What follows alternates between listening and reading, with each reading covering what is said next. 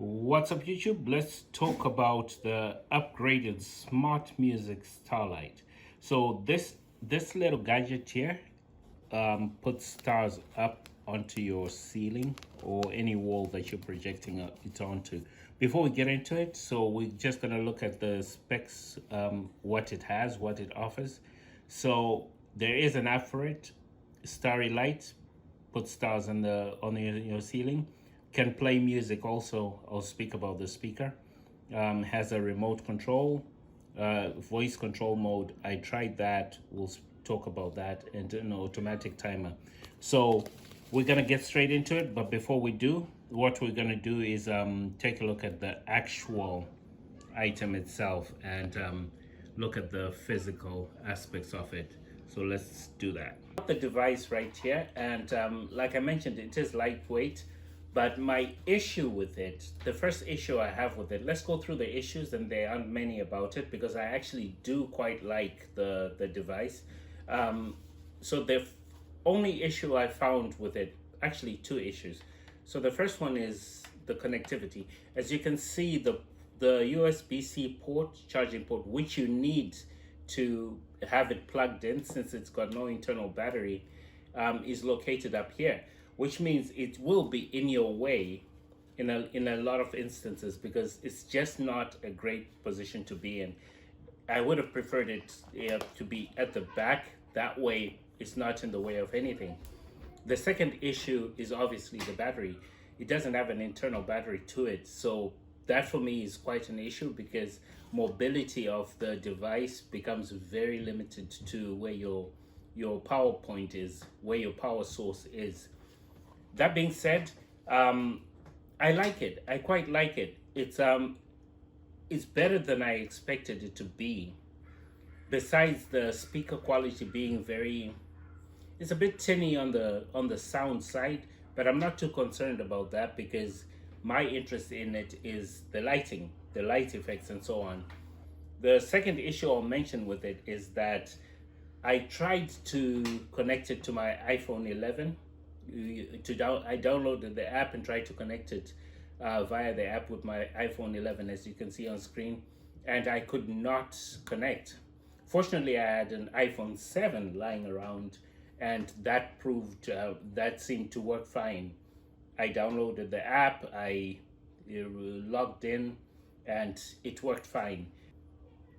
So one of the main features I love about it is that you've got many color modes. You can actually customize your colors.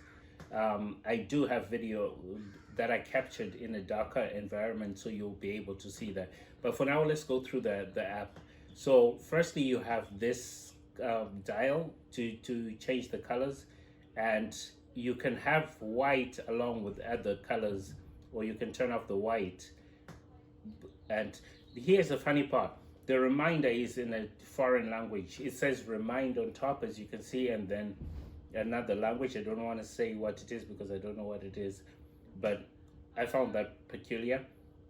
So that's that. And here RB is red, blue, RG is red, green, RW is red, white. So basically it's RBG, red, blue, and green. Those are the colors used in light.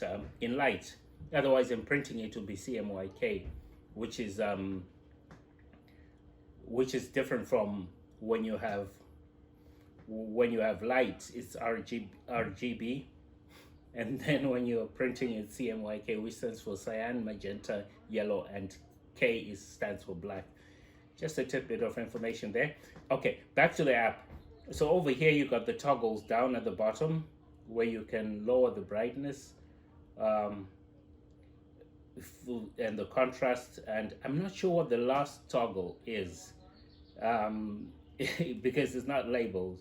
The very last one, however, seems to be with the ocean effect it has in the background of the stars, so you can lower or increase the intensity of it. We go over to the microphone. That didn't work for me. I could not figure out for the life of me how it works. Turn off, turn on. Well, that doesn't seem to work. we move on to the stars, you can actually reduce or increase the opacity of the stars, the brightness of the stars. I mean, sorry about that. My only issue with this, which is also minor, super minor, is that it doesn't animate it on the screen. So you actually have to be looking up at the projector as you do that, which is not a major issue because, yeah, you'll be operating in an environment anyway. And then here we have a button called breathe. So when you have that on, the lights pulsate slowly. If you have it off, then the little laser beams, which are the stars, are constantly on. So that's that. And then, oops, is there anything else? And then of course you can play your music. I'm not going to play the music here because then YouTube will strike me for copyright.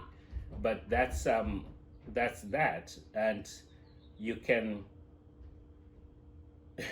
it's interesting because it has rhythm scenes where it will play display different colors depending on which scene you choose, which I found pretty cool. This icon is sensitivity to the music, so if you lower it, it's less responsive, obviously, and if you have it higher, it will respond more. So that's that with the app. Let's see if this is, yes, there's one more feature. So in this feature, we have the scenes, and here you have passion with single colors, so you can choose that or mix the colors or multi colors, which is pretty cool. I like the nature one. You have different scenes and they're dramatically different also, so it's a pretty nice effect. And my kids love it, by the way. They just totally love it. We were staring at the ceiling before we went to bed, and they quite enjoyed it. I enjoyed it myself too. It's got a very soothing, relaxing feel to it, and it really gives depth to your ceiling. It feels like there's more space, which is funny because it's like the projection of space on your ceiling. Yeah. So I'm more excited than I thought I would be about it. So that's always a good surprise. And here you have medley, which is another mode. The last thing I want to talk about is the timer. So here we have a timer. So you can actually add a timer daily for when you want, say Sunday. Right now it's on all the days at 8:47. That's a random. I didn't put that in there.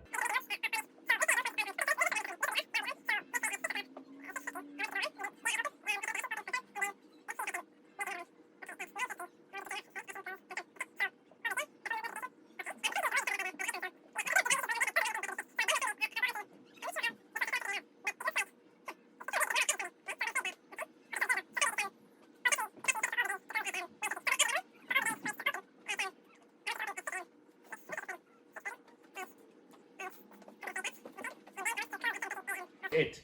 So what's my final takeaway of this gadget? Is it worth the money? That's what we want to come down to. What is my final take? My final take is it is a good buy. For me, the measure is, does it make me smile? Does it make my kids smile? Is it fun to play with? Is it easy to use? And this one checks all those boxes. So now the final thing, of course, which is the practical thing, the pricing. Is the pricing fair enough for it? In my view, for the functionality it has, it's good bang for your buck. I will say the remote is a bit of something you have to get used to. My favorite feature though is the hour or 2 hour timer. Countdown timer. So with the click of a button, you can have it shut down in an hour or 2 hours. The rest of it, so. It's quirky, but it's not a high-end, highly priced product, but it does deliver what it says on the box, besides, of course, the voice control, which didn't work for me. So just bear that in mind. In closing, I would like to say I had trouble with connecting to my iPhone 11, but it connected to my iPhone 7. So maybe the developers can work on that. Secondly, the microphone doesn't seem to, the voice activation doesn't seem to work. that's something they might want to look at. Other than that, maybe in the future upgrade, they want to put an internal battery that can last maybe 2-3 hours. That would be nice. Um, or if it can last longer, that would be even better. Because moving it around from PowerPoint to PowerPoint, power source to power source, if you want to, if you just want to adjust it, you have to have a power source close by or an extension cord, which becomes messy. So yeah, those are my only gripes with it. But otherwise, would I recommend it? Definitely, I would recommend it. The beauty of it is you can play a lullaby while your kid goes to sleep, and it can turn off in an hour or whatever time you set it up in. Or if you have the remote or your phone handy, you can just turn it off. So definitely a winner in my books. It was a big surprise for me to see how much I enjoyed it. So I hope if you do get one, you'll enjoy it as much as I did. Right, this has been Victor on the Lemmy Xplane Show.